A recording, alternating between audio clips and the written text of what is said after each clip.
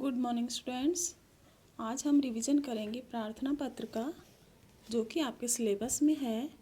Fees माफ़ करने के लिए प्रधानाध्यापक जी को एक प्रार्थना पत्र लिखिए। यानी आपको अपनी फ़ीस माफ़ करवानी है, आपके घर की आर्थिक स्थिति ठीक नहीं है, इसलिए आपको एक प्रार्थना पत्र लिखना है। तो बच्चों, सबसे पहले हम यहाँ से शुरू करेंगे। ये जो रेड लाइन है, इसको टच करके हर लाइन शुरू करेंगे, ठीक है। एंड चाहे इस लाइन का कहीं भी हो रहा हो, लेकिन शुरुआत यहीं से होगी। ये सभी देखो, सभी लाइन यहाँ से शुरू हो रही है, कहीं भी चाहे इनका एंड हो रहा हो। तो सबसे पहले हम लिखेंगे सेवा में।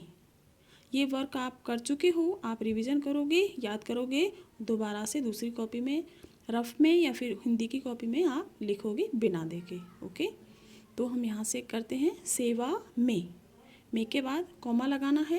ध्यान रखना है कहाँ कॉमा लगेगी, कहाँ बिंदी लगेगी, कहाँ से शुरू करना है, कहाँ एंड करना है। फिर एक लाइन छोड़ देंगे, थोड़ा गैप दे देंगे।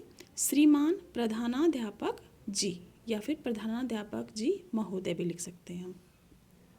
श्री ओसवाल जैन उच्च प्राथमिक विद्यालय। आप मिडिल स्कूल के अंदर आते हो, इसलिए आपको उच्च माध्यमिक न लिखकर उच्च प्राथमिक लिखना है। Okay, Alwar comma Rajasthan. राजस्थान आप पूरा लिख सकते हो, या फिर शॉर्ट में करके राज करके बिंदी लगा के कोष्ठक उसमें बंद कर दो। उसके बाद में हम एक लाइन छोड़ेंगे, जिससे थोड़ा गैप हो जाएगा, एकदम घिच पिच नहीं होगा। तो हम लिखेंगे सब्जेक्ट, यानी विषय, किस विषय में आप प्रार्थना पत्र लिख रहे हो। तो यहाँ से हमें पता चल जाएगा, किसी भी पढ़ने वाले को ये पता चल जाएगा किस सब्जेक्ट में है। फीस माफ़ हेतु प्रार्थना पत्र, यानी फीस माफ़ कराने हेतु का मतलब के लिए प्रार्थना पत्र। फिर एक लाइन छोड़ेंगे, फिर हम लिखेंगे महोदय या माननीय, कॉमा लगाएंगे। फिर नेक्स्ट नई लाइन से लिखेंगे नम्र निवेदन है कि आपसे नम्र निवेदन मैं करता हूँ कि मैं आपके विद्यालय में पढ़ता हूँ। आप कक्षा भी लिख सकते हो कि मैं आपके विद्यालय में इस कक्षा में पढ़ता हूँ और मेरा नाम ये है।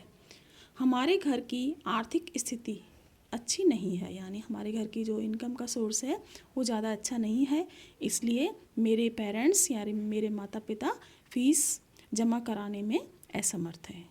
कृपया आप मेरी फ़ीस माफ़ करें, फुल स्टॉप, जिससे मैं अपनी कक्षा की पढ़ाई जारी रख सकूं।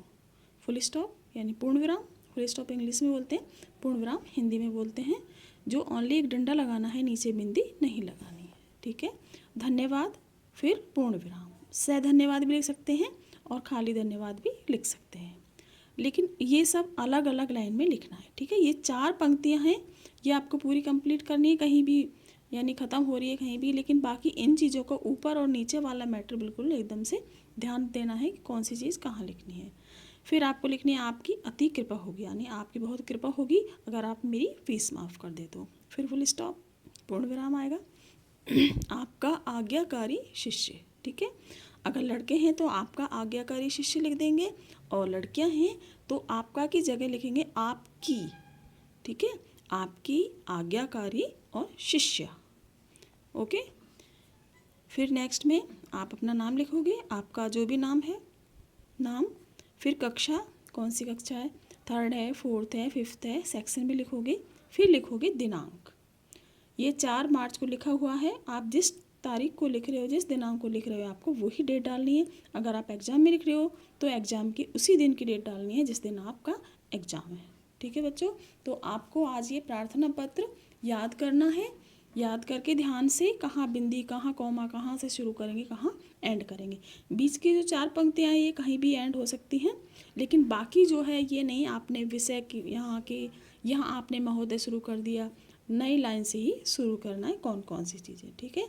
तो आपको ध्यान देना है कौन सा कहाँ लिखना है, हमें कहाँ फुल स्टॉप लगाना है, इसको याद करके फिर बिना देखे आप अपनी हिंदी की कॉपी में लिखना, और जो भी मिस्टेक हो उसको अपने पेरेंट्स को दिखाना कि मम्मी ये मैंने ठीक लिखा है, कहीं कोई मिस्टेक तो नहीं है। और बच्चों, ओसवाल ऐप पर इस वर्क को आप सेंड करना। Okay, thank you.